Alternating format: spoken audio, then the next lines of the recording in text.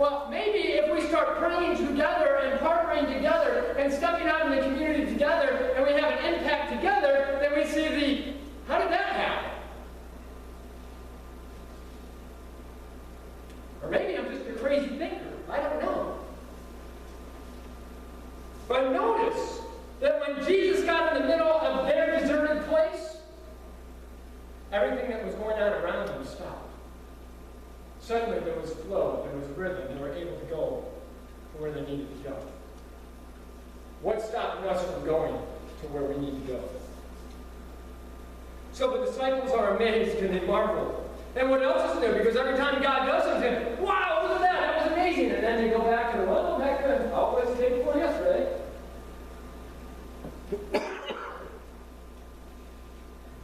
DVR on the TV, you gotta watch Columbo, and we're gonna sit now about it. But notice that Mark is highlighting a twofold problem of the disciples. Number one, they had a lack of reflection of what had taken place with the feeding of 5,000. We're getting ready to do a Thanksgiving meal.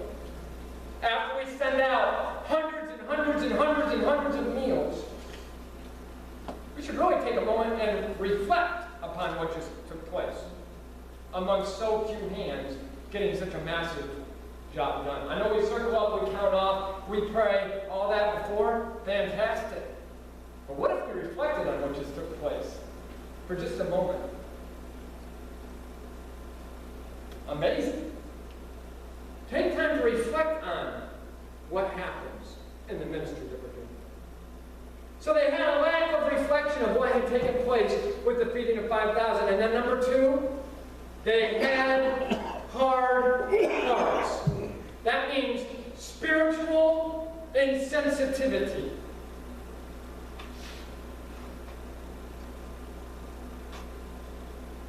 Spiritual insensitivity. Where have we seen people with spiritual insensitivity in the text of Mark? I'm glad you asked. It's a very good question.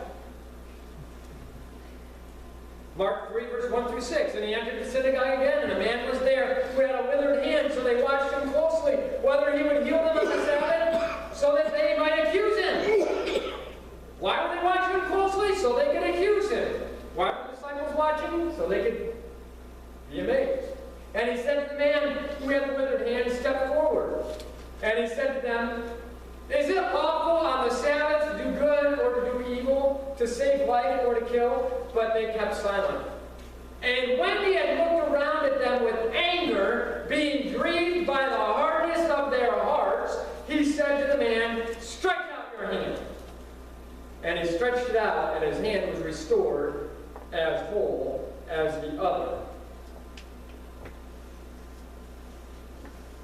I work, and who can reverse it? I am shows up from the withered hand. I am shows up with them in the boat. I am is at Orchard Drive Baptist Church. Who can reverse it? Then the Pharisees went out and immediately plotted with the Herodians against him, how they might destroy him. There are some people in the history of Orchard Drive Baptist Church who I am sure have walked out angry and disgruntled that their plans did not override the plans of God, and they would have loved to see Orchard Drive Baptist Church falter, fail, shut down, and be non-existent.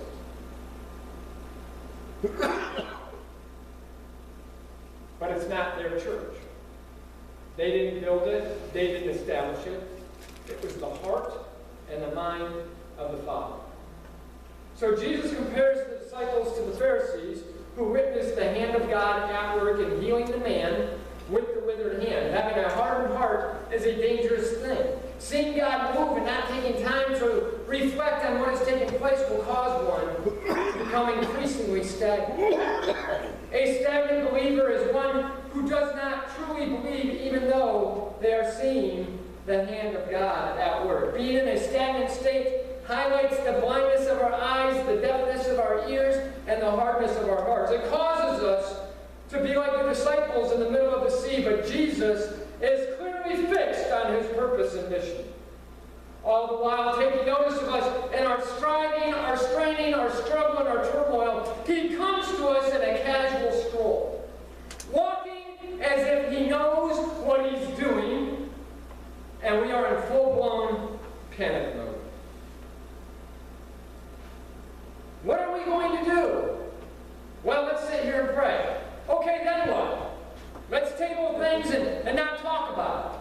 Let's shelve it for a while. Let's never bring it up again. Let's not come up with a plan. Let's just float out to the middle of nowhere and strive and wrestle where we can't be bothered, where we can't gain traction, where there is no momentum. We'll just stay there because, well, it's comfortable and nobody bothers us here.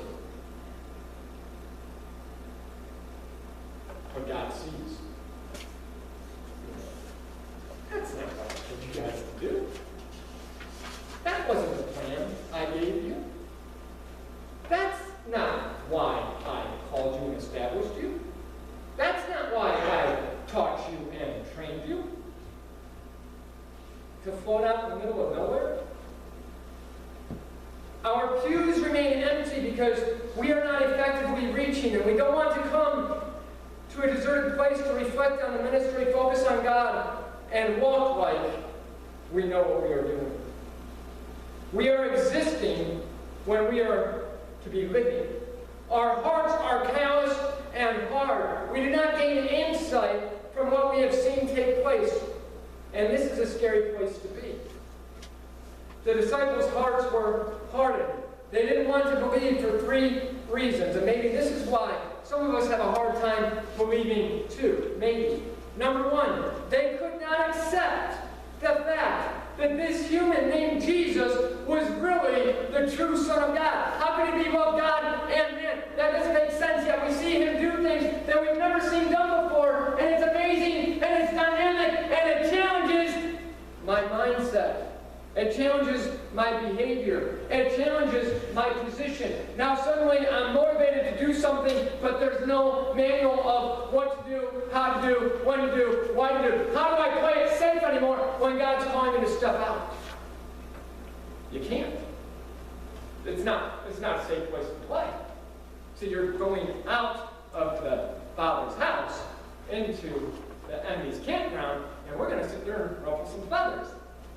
And it's going to be fun. And we're going to get some feedback, positive and negative. And we're going to reflect on, hey, that was really effective. And look, Samuel is going to change, whether you believe it or not, one life at a time. But it's not going to change if we just stand here and talk a good talk. It's going to change when we step out and we reflect on what we've gleaned and we move with the Spirit. It will happen. Friday night, is that part of that? Happen. It will happen. Number 2. They dared not believe that the Messiah would choose them as his followers. It was too good to be true. You mean Jesus would choose Chad? You mean Jesus would choose Roger? You mean Jesus would... You're asking the wrong question. God, who chose me? I mean, it's natural to wonder about other people in the room. Did he really do that? Would he really? Question is, do you recognize that he really chose you and I? He set up the dynamics at play for Orchard Drive Baptist Church. And then number 3, they did not understand the real purpose for Jesus coming to earth. And I wonder, do we understand the real purpose of Jesus coming to earth? Do we understand the real purpose of us being here to go and make disciples? I'm going to land the plane here, and I'll pick up on the rest of the sermon next week when we gather together. If they did not understand his real purpose, worship team can come forward. They certainly would not understand his purpose for them. Their disbelief took the form of their misunderstanding. Even after watching Jesus miraculously feed 5,000 men, they still could not take the final step of faith and believe that he was God's Son. If they had, they would have been amazed that Jesus could walk on water. The disciples did not transfer transfer the truth they already knew about Jesus to their own lives. We read that Jesus heals people, casts out demons, calms the storm, walks on water, and yet we marvel that he is willing and able to work in our lives. But we read all these stories. Well, I know the Bible, I've read it 100 times, but do you understand how real and powerful it is for you and I in the context of right here, right now? No, we don't. Because we read it and we allow our hearts to be hard and say, well, that's a fun story. It's an arrow pointing to the greater, the bigger, and the better that God has for us. It's not enough to believe that these miracles really occurred. We must transfer the truth of the Scripture to our own life situations. Jesus shifts his focus from the disciples onto the others who are still ashore.